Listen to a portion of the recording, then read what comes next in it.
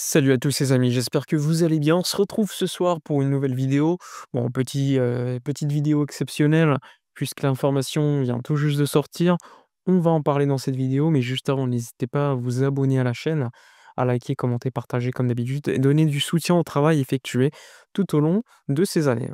On y va sans plus attendre avec le sujet du jour, de la soirée. C'est donc le fait que Marc-André Ter Stegen a été considéré comme absent de longue durée par les médecins de la Liga. Ce matin, un médecin de la Liga est arrivé à la Ciutat Deportiva pour ausculter Marc-André Ter Stegen, puisque le Barça avait certes envoyé le rapport médical signé par le gardien allemand, mais bon, il y avait quand même des doutes sur...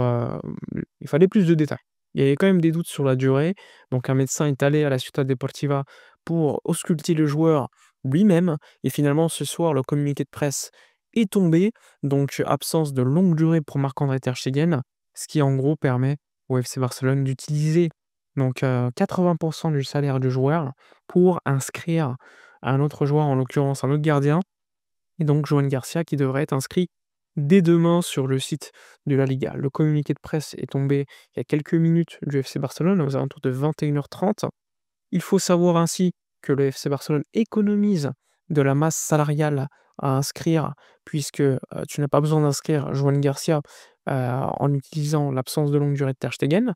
Un petit peu comme Christensen l'année dernière avec Dani Olmo. Bon, on avait eu un problème parce que l'année dernière, les 80% de salaire de Christensen ne te permettaient pas d'inscrire Dani Olmo pour toute la saison, juste pour 3 4 mois. Là, c'est un cas différent pour Joan Garcia qui a un salaire beaucoup moins élevé que Dani Olmo et qui surtout a un amortissement de transfert aussi moins élevé puisque, comme vous le savez, le joueur a coûté 25 millions d'euros. Dani Olmo avait coûté le double. Donc ça aussi, c'est un élément clair. Donc bonne nouvelle pour le Barça. Maintenant, on s'attend à d'autres éléments pour les inscriptions des autres joueurs. Il faut savoir que, comme je l'ai déjà expliqué plusieurs fois, cette semaine, le FC Barcelone attend le rapport, l'audit de Crow Spain pour revenir officiellement à la règle du 1 pour 1 dans le cas où les sièges VIP sont comptabilisés sur l'exercice précédent. Dans le cas où ce n'est pas comptabilisé, eh bien, le Barça devra patienter l'ouverture du Spotify Camp Nou et donc ça devrait basculer sur l'exercice suivant, c'est-à-dire l'exercice comptable 2025-2026, ce qui est franchement pas le top. Donc on va évidemment devoir patienter pour avoir plus d'informations en ce sens, sachant qu'il y a également le fait que le club attend, pour pouvoir inscrire les autres recrues, d'avoir cette validation. Parce qu'ils veulent utiliser le maximum possible de marge par cette règle, plutôt qu'utiliser avec une règle qui n'est pas forcément la plus intéressante. De l'autre côté, il y a également la possibilité, tout simplement, d'inscrire des joueurs par un aval, une garantie personnelle des directeurs du Barça. Bon, ça, c'est un autre sujet. D'ailleurs, ça a été voté ce midi par les directeurs du Barça en assemblée générale extraordinaire. Bon, pour vous faire simple, le FC Barcelone, il y a 3 ans, a effectué un plan de trésorerie validé par la Liga qui te force en fait à respecter quand même certains chiffres au niveau des dépenses effectuées dans les sections, que ça soit basket, football féminin, et cetera.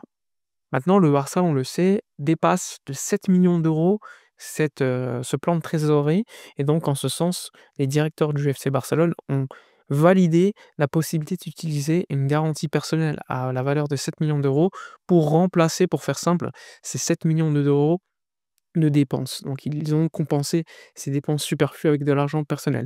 Évidemment, cet argent personnel, ne va pas forcément disparaître. Ils peuvent le récupérer si tout au long de la saison, eh bien, ils récupèrent ces 7 millions d'euros par un autre moyen. Par exemple, plus de revenus ou une autre solution qui peut être trouvée, un transfert ou autre. Donc ça, c'est également un élément qu'il faut comprendre. Pour pouvoir revenir à la règle du 1 pour 1 et inscrire les joueurs, il est capital de respecter tout d'abord ce plan de trésorerie sur 3 ans qui a été effectué il y a d'ailleurs 3 ans et donc c'est la dernière saison où il y a ce plan de trésorerie. Ensuite, le Barça sera de retour, on va dire, ce qui est normal, plus besoin de plan de trésorerie parce que tu es dans une situation où tu es auto-dépendant, tu ne dépends pas forcément d'autre chose pour être à l'équilibre.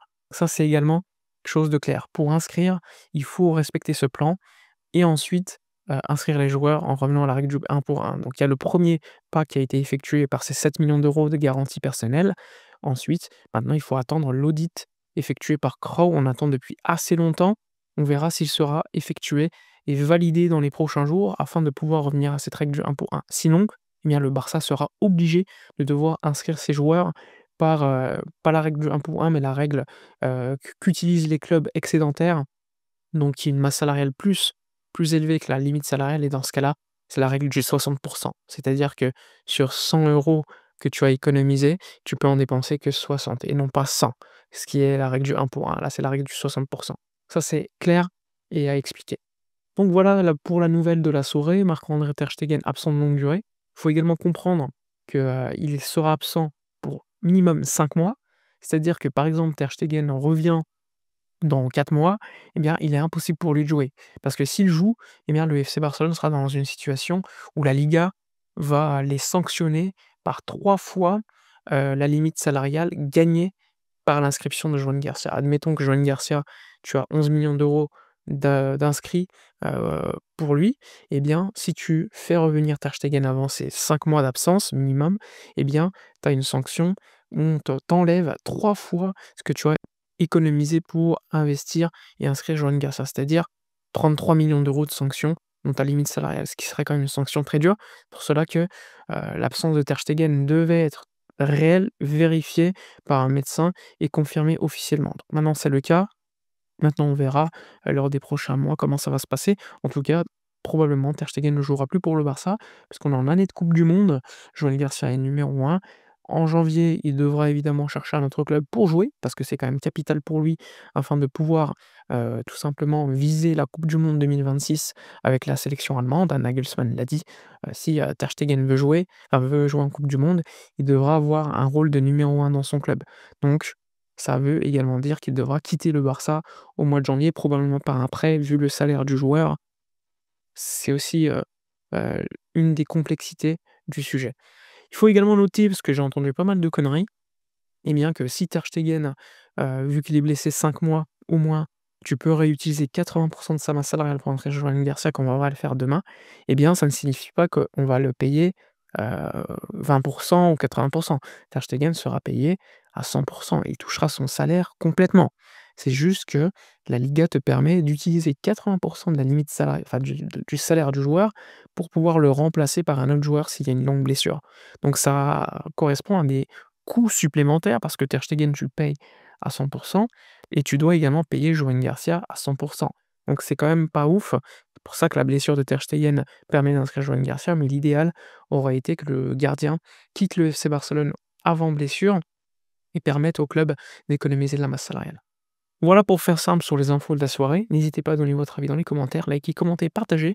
Moi je vous dis à la prochaine et d'ici là, comme d'habitude, portez-vous bien.